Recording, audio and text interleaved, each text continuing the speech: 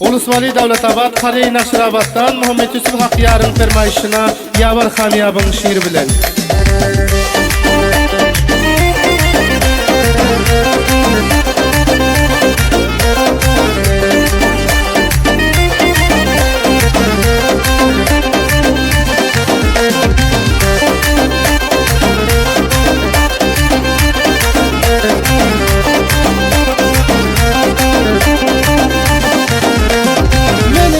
Şafada oynuyor, mehman kıyıların göze yaynıyor.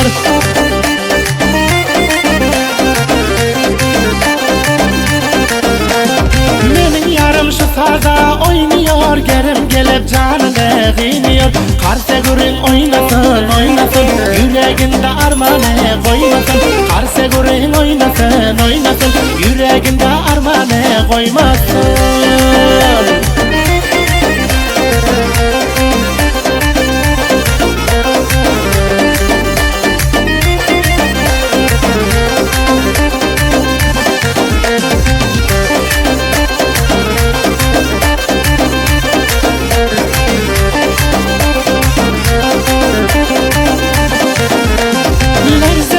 Canına oynasın, varmasınlar yanına oynasın.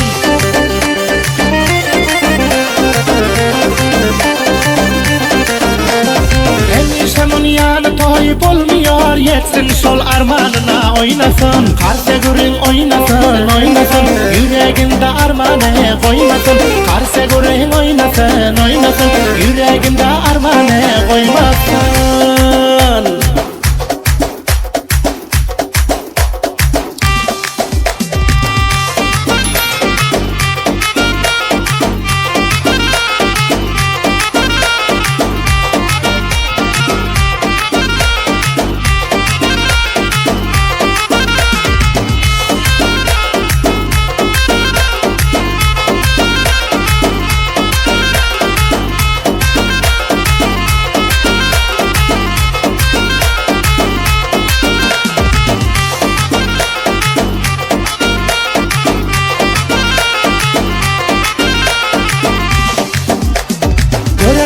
Hayrana oynasın, koy güllesin, toyxana oynasın.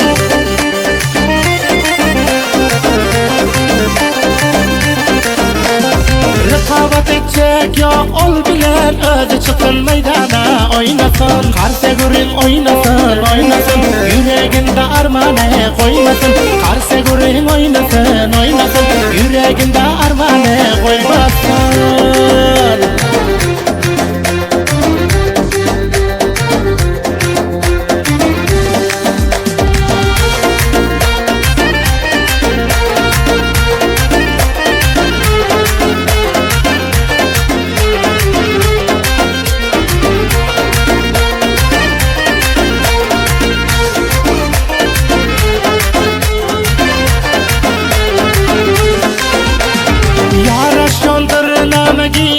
Kaytarmanglar her ratıysa, yaraş yondur nama giyse. Kaytarmanglar her ratıysa, Yavar Xamiyab ya coşir. Bildirsin gelse meyli, Muhammed Yusuf Haqyar dir. Bildirsin özü gelse meyli, gelir toya özünü şaylap. Yaxşı kalalere giyer saylap, devresini alıp Karsegurin oynasın toya hoşluk paylap. Oynasın toylara hoşluk paylap.